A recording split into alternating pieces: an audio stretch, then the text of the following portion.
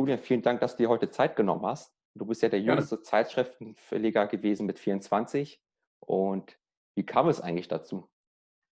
Medien waren immer schon irgendwie meine Leidenschaft. Schon als Kind habe ich mich sehr dafür interessiert, wollte immer gerne beruflich da irgendetwas machen und habe dann mit 18 eine Medienagentur gegründet, um zumindest so als Quereinsteiger in diese Branche reinzukommen und habe mich dann dort entwickelt, habe meine Kontakte aufgebaut, mir ein bisschen Kapital zusammengespart und habe dann eben 2011, als ich 24 war, meinen eigenen Zeitschriftenverlag gegründet und habe angefangen mit dem Sachwertmagazin. Das war Mhm. damals ein Thema, das Thema Vermögenssicherung und Sachwerte, was sehr, sehr im Kommen war, sehr gefragt war. Gab noch kein Magazin dazu und ich habe mir überlegt, ich mache in den Nischen ein Magazin, die nicht bedient werden.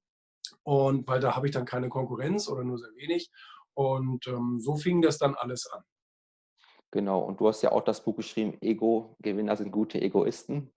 Wie kommst du eigentlich darauf? Ja, für mich war das schon immer ein normales Lebensgefühl, meine Agenda und meine Ziele an erste Stelle zu stellen. Also zu sagen, das, was ich in meinem Leben erreichen möchte, ob jetzt kurzfristig oder langfristig, das ist bei mir auf der ersten Priorität. Und ich sage ja auch in dem Buch, ich habe gar nichts dagegen, dass man sich auch um andere Menschen kümmert. Das ist überhaupt gar keine Frage, aber die Reihenfolge ist entscheidend. Wenn ich selber stark bin, selber in einer guten Position bin, wenn ich mich um mich selbst gekümmert habe, kann ich mich aus dieser Stärke heraus natürlich auch um andere kümmern. Als Unternehmer mache ich das zum Beispiel automatisch. Ich beschäftige viele Mitarbeiter, denen ich Gehalt zahle und Sozialversicherung und wir haben ein Firmengebäude, was bezahlt werden muss und wir haben Autos und all so eine Sachen, die natürlich letztendlich dann auch der Gesellschaft zugutekommen. Und von daher war das für mich immer eine normale Sache. Aber wie bin ich darauf gekommen, das Buch dann zu schreiben? Ich habe in den letzten, also 15 Jahre bin ich jetzt selbstständiger Unternehmer und 10 davon bin ich Verleger und habe mich in dieser Zeit mit extrem erfolgreichen Menschen getroffen, auch weltweit. Und habe herausgefunden, dass die alle so ticken. Die haben alle ihre Agenda und die haben die auch eiskalt durchgezogen und sind tatsächlich auch die glücklichsten Menschen, die ich kenne. Da habe ich also einen Zusammenhang auch gesehen. Und dann war ich mal in einer Talkshow im Öffentlich-Rechtlichen eingeladen zu diesem Thema Egoismus, ob das jetzt gut ist oder nicht. Und ich war dann der Einzige in der Runde, der dann sozusagen der Fürsprecher war und habe aber gemerkt, wie das TV-Publikum darauf reagiert hat, nicht so positiv. Mhm. Und da habe ich halt gemerkt, dass mit diesem Thema sich kaum einer auseinandersetzt. Und deswegen habe ich gesagt, darüber könnte man ein Buch schreiben. Und die Leute, die wahrscheinlich auch dagegen waren, sind halt auch nicht erfolgreich, kann man ja auch sagen, oder? In der Regel ist die Masse sowieso nie erfolgreich. Also das, was die meisten Leute sagen, kann in der Regel nicht stimmen. Ja, das sagen uns ja die Gesetze dieses Erfolgs. Aber man merkt natürlich immer, so einer von 5 gehört eher so zu der intelligenten liberalen Sorte und setzt sich mit solchen Themen auch neutral auch mal auseinander. Aber die meisten sind halt immer gegen alles. Na klar. Genau. Und du hast ja auch das Buch geschrieben, Erfolg, was sie von den super Erfolgreichen lernen können. Und da hast du ja wahrscheinlich auch Zusammenhänge feststellen können. Und was sind da so die Gemeinsamkeiten? Da habe ich es noch konkreter gemacht. Das war 2018, als das Buch Erfolg rauskam. Und es war eine direkte Konsequenz aus meinem Magazin Erfolg, das ich jetzt so seit 2016 rausgebe. Und da sind eben die ganzen Interviews drin, nicht? Mit Klitschko und Bohlen und Messner und wie sie alle heißen. Und viele Leser haben immer wieder gesagt, Mensch, kann man daraus nicht mal ein Buch machen, aus diesen Top-Learnings sozusagen? Was sind die wichtigsten 10 Punkte für Erfolg eigentlich? Und die habe ich dann sozusagen anhand immer einer Person in einem Kapitel rausgearbeitet. Oliver Kahn und Wladimir Klitschko und sogar Tokyo Hotel und Daniela Katzenberger. Ganz unterschiedliche Menschen, mit denen ich gesprochen habe, wo ich dann eben diese Kern Themen rausgearbeitet habe. Und der wichtigste rote Faden ist eben tatsächlich diese Leidenschaft, Mhm. dieses brennende Feuer, was die Leute in sich spürten, schon meistens als Kind. und haben das konsequent auch beruflich dann verfolgt, haben das sozusagen zu ihrem Lebensinhalt gemacht. Und das ist auch dieser positive, dieser gute Egoismus, über den ich spreche, dass man sich seine Träume und seine Lebensziele eben nicht ausreden lässt und sich auch nicht davon abhalten lässt. Weil es gibt immer irgendjemanden, der irgendetwas von dir will, dass du dich so verhältst, dass du das für ihn tust und so weiter und so fort. Aber in erster Linie kommt es eben darauf an, dass wir unsere eigenen Ziele nicht vergessen. Genau, es gibt ja genug Zeitfresser, wie man sagt. Ja, Genau, erster Punkt, du sagst, okay, die haben eine Leidenschaft fürs Leben und die wollen sie halt konsequent umsetzen, also eine Art Vision. Und das ist ganz natürlich, genau. Das ist das der, ist, das ist der wichtigste Punkt. genau, Und es gibt natürlich dann eben noch 9 weitere. Aber der zweitwichtigste Punkt, und der steht damit unmittelbar in Verbindung, es nützt nichts nur, seine Leidenschaft oder seinen großen Traum zu kennen, sondern man muss ihn auch konsequent verfolgen. Und das beherrschen die eben alle, weil sie eine sehr hohe Entscheidungskompetenz haben. Also das bedeutet, sie sind sich bewusst, dass wenn sie sich für einen Weg entscheiden, dann entscheiden sie sich automatisch auch gegen andere Dinge. Und diese Dinge können sich eben tatsächlich auch als Stolpersteine herausstellen, weil wenn du zum Beispiel deinen Freunden oder deiner Familie oder der Gesellschaft weniger Zeit widmest, wenn du vielleicht sogar deiner Gesundheit weniger Zeit widmest, deiner Freizeit und all diesen Dingen, ähm, dann können das eben auch Herausforderungen werden. Und diese Leute sind aber so konsequent und sagen, ich habe meine Entscheidung getroffen, die ist in Stein gemeißelt und ich werde das durchziehen. Ich werde mein Ziel erreichen und lass mich eben nicht abbringen von Menschen oder von äußeren Umständen, die dagegen sprechen. ja. Und was ist ein weiterer Punkt? Also du hast ja 10 Punkte gesagt. Hm. Es gibt viele verschiedene Punkte und einer ist sicherlich auch Authentizität. Okay. Also gerade wenn man in der Öffentlichkeit steht, wie zum Beispiel Künstler oder ähnliches, ähm, die haben sehr gut daran getan, eben sich selbst treu zu bleiben. Das liest man dann auch oft in Geschichten, wenn die sagen, ja, da habe ich mich gegen das entschieden oder was mein Management von mir wollte, habe ich nicht erfüllt und so weiter, weil ich mir eben selbst treu bleiben wollte. Und das ist eine tolle Eigenschaft, wenn man sich selber kennt, also wenn man sich seines Egos auch bewusst ist. Weil Ego bedeutet nichts anderes als ich. Und ich muss eine Vorstellung davon haben, wer ich bin. Und das führt auch automatisch dazu, dass ich mir meinen Werten bewusst werde und dass ich nur in Übereinstimmung mit meinen Werten eben handle und mein Leben gestalte.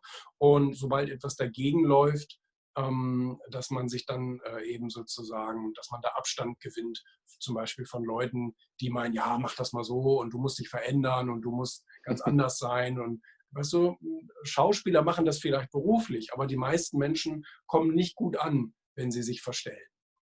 Und du meintest ja, glaube ich, auch, Markenbildung ist sehr wichtig, also dass man sich selber als zur Marke machen soll.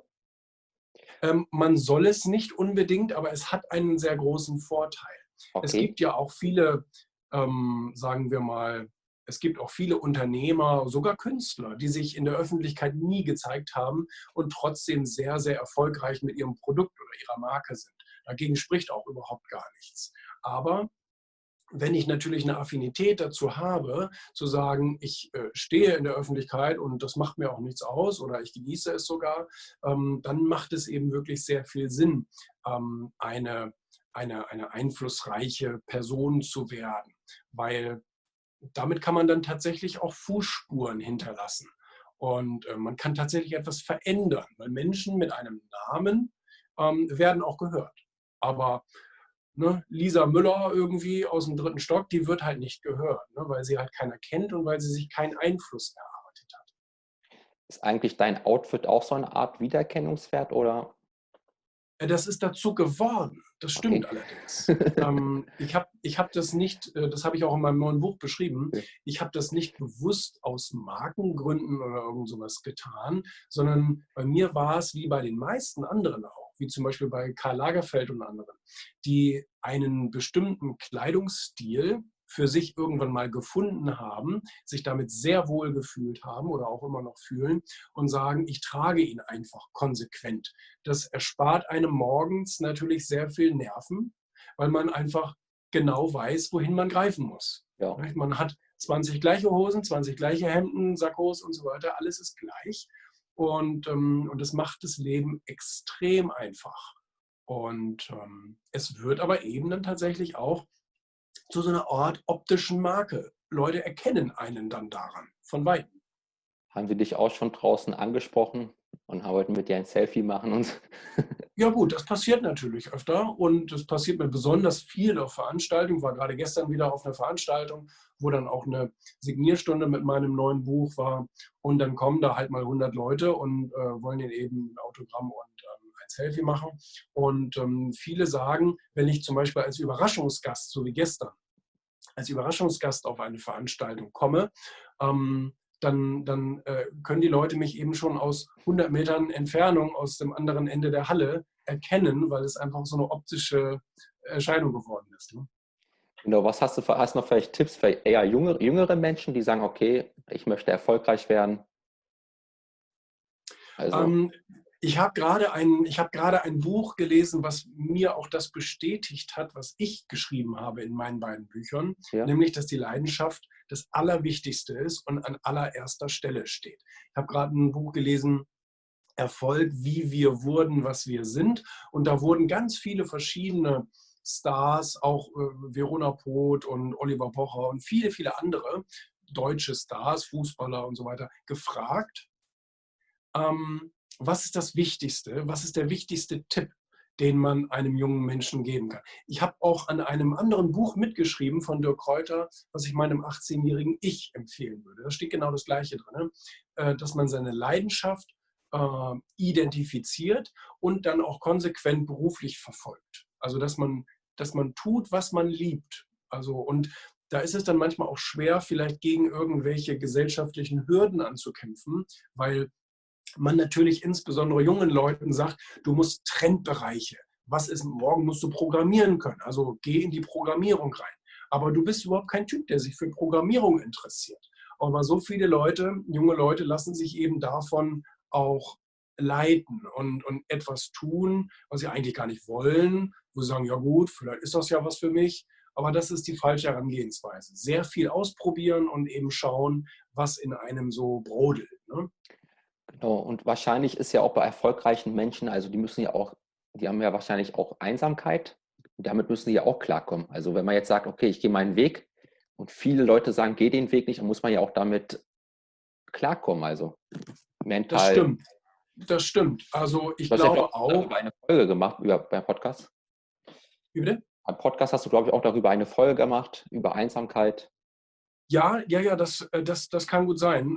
Das zielt allerdings nicht hundertprozentig auf die Frage ab, die du gerade hast, weil du Ja, fragst ja, richtet man sich, wenn man einen Erfolgsweg geht, automatisch auch gegen andere Leute? Ja, das ja, stimmt. Ähm, äh, an der Spitze ist es etwas einsamer sozusagen, könnte man so sagen.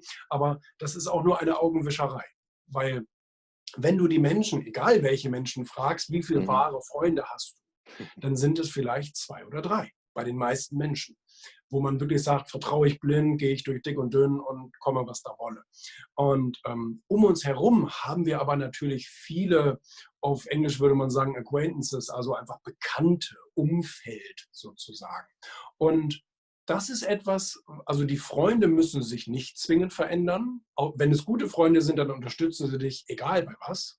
Und und die Bekannten, die tauschen. Also man tauscht sozusagen vielleicht 100 alte Bekannte gegen neue 100 Bekannte. Und weil jede Klientel hat sozusagen wie soll man sagen, sein Umfeld. Mhm. Und es ist in der Regel ein besseres, ein angenehmeres Umfeld, weil es Leute sind, die auch ähm, optimistisch sind, motiviert in die Zukunft gehen, Dinge verändern wollen, in der Regel zum Besseren verändern wollen und so weiter, Fußspuren hinterlassen wollen.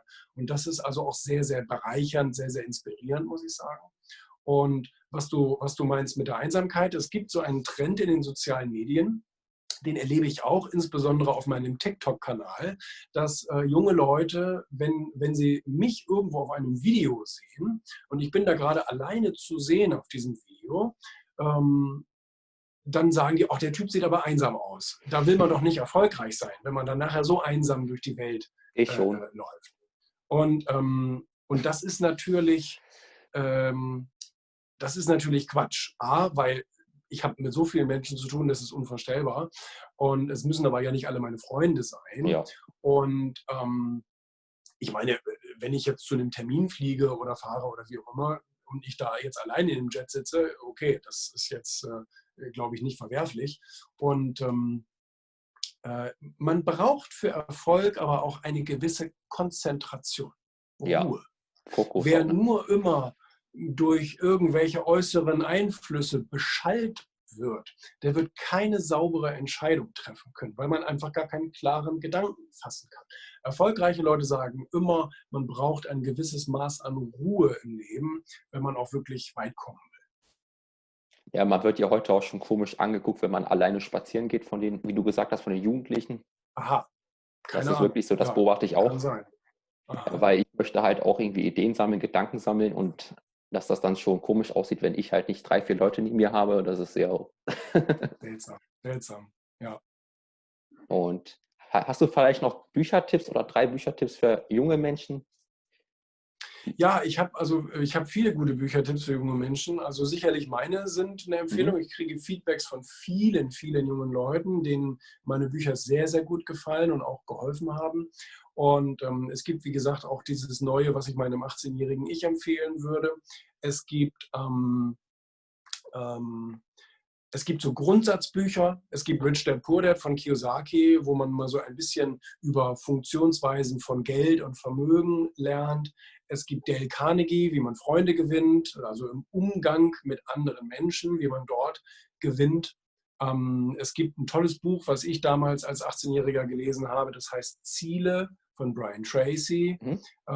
Da lernt man ganz wunderbar seine Lebensziele eben zu identifizieren und aufzuschreiben und zu verfolgen.